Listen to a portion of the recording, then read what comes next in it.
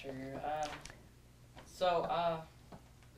What we know is you're born in Danzig, right? Yes. In year of 1927, Mm-hmm. right? Which at that time you said was a free state? It was a free state of Danzig, Okay. yes. Mm-hmm. And basically your experiences you've gone through a lot, obviously, and Yes. so. When I was 16 or 17, the war came very close to us. Right. We had soldiers in the house even. The front was very near, and we could hear the shooting. So we had to plan to get out. I worked in a shipyard as a secretary, and they had transports going west with equipment and with people.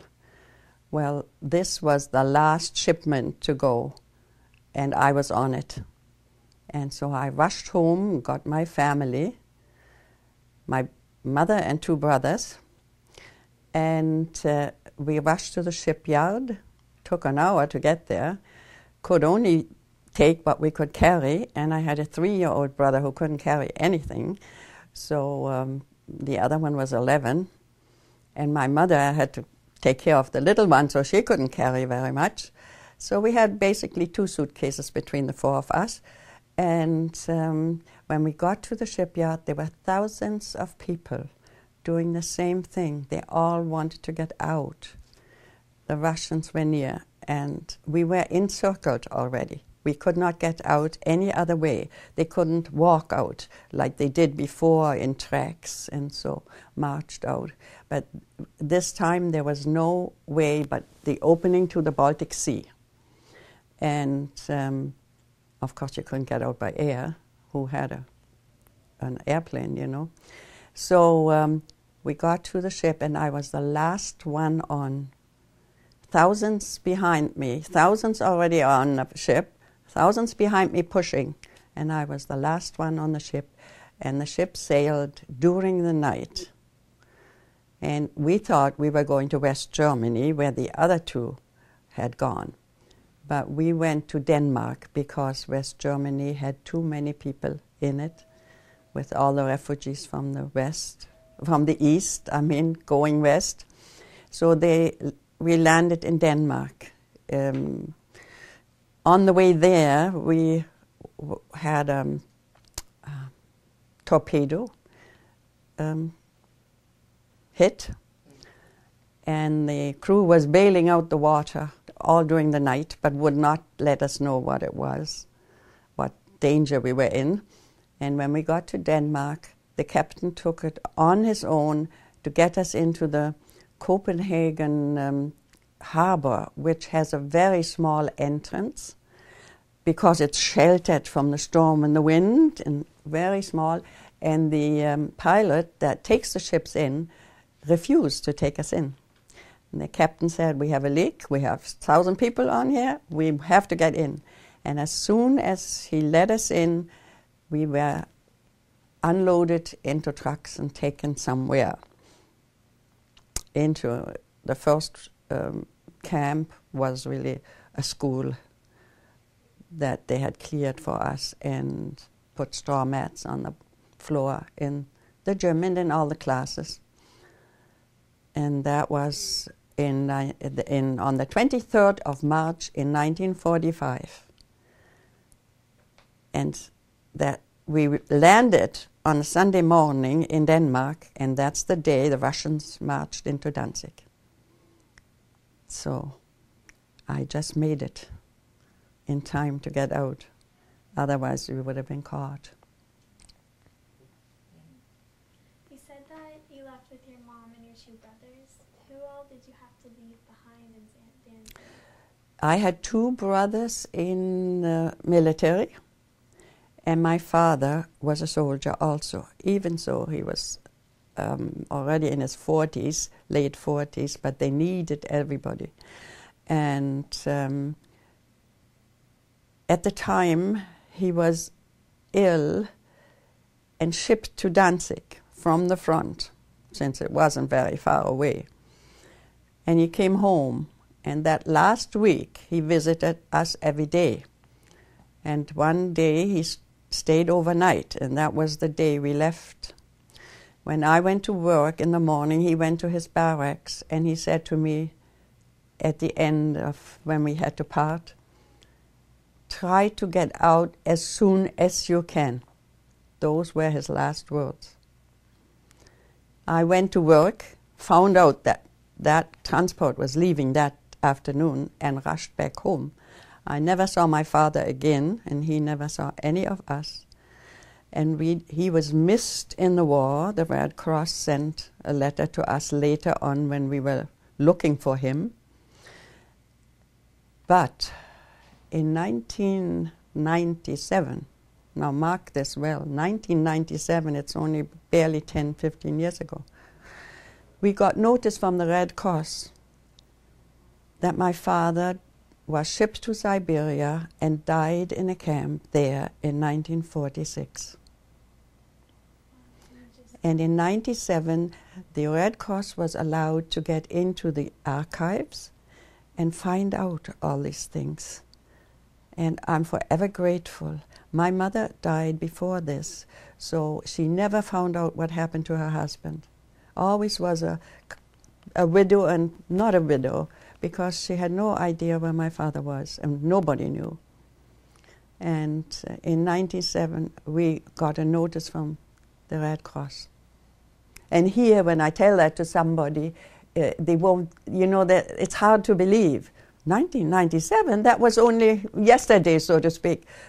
Yes, that's how I found out my father died in 1946 in Siberia, in a camp.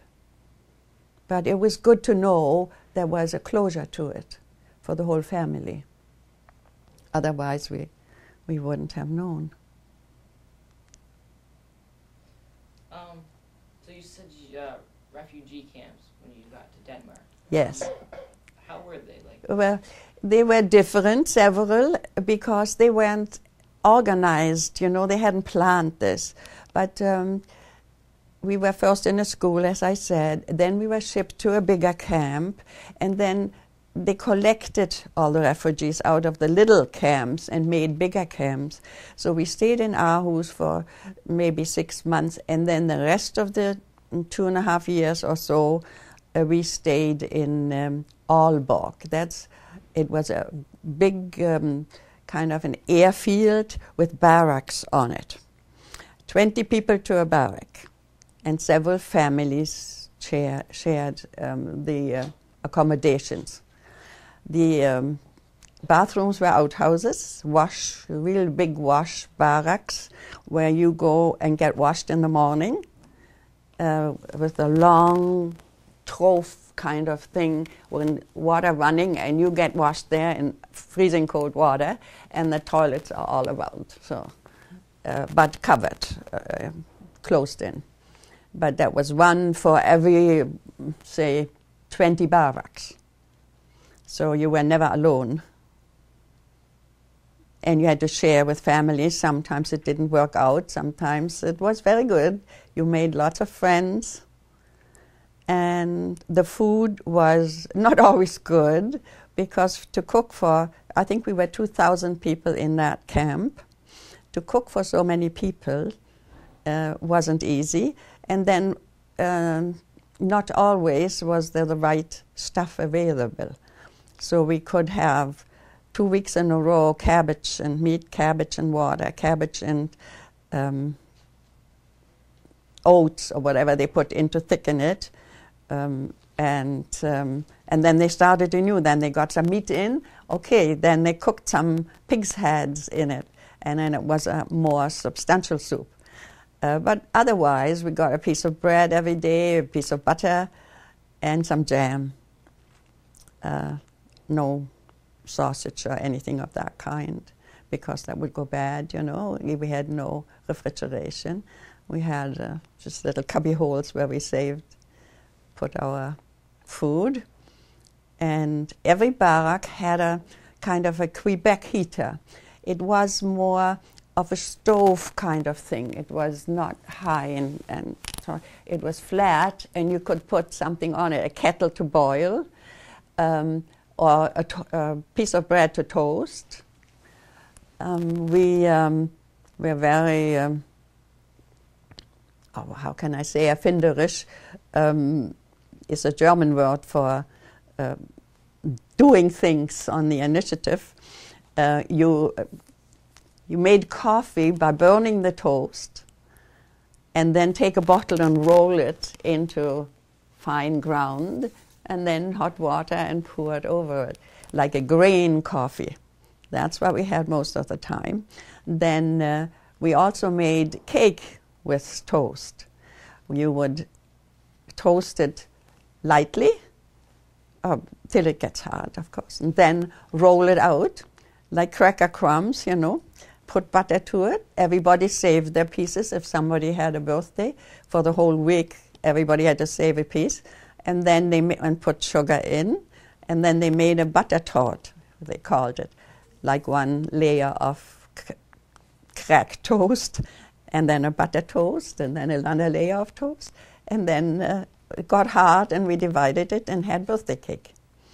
So tea wasn't available at all. So we never went hungry, really.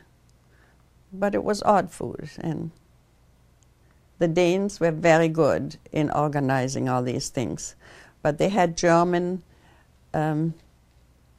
leaders, like for every group of people they had a German leader, so they reported back to the Danish leader. And I got a job in the office with a Danish camp leader. And I had some privileges because I got half an extra ration of bread and butter. He was very kind, and he brought me cakes or sandwiches or shared his lunch with me. So he was an elderly gentleman. But I have a good memory that he looked after me, and or he would give me an apple that his wife packed. I would take it home to my little brother. The little one was only 3, remember, or by now 5.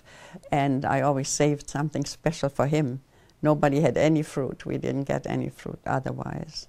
Or I got a banana and I would bring it home and share it. So it was very special. But I formed friendships there that I still have contact with. They live in Germany, but we still write to each other.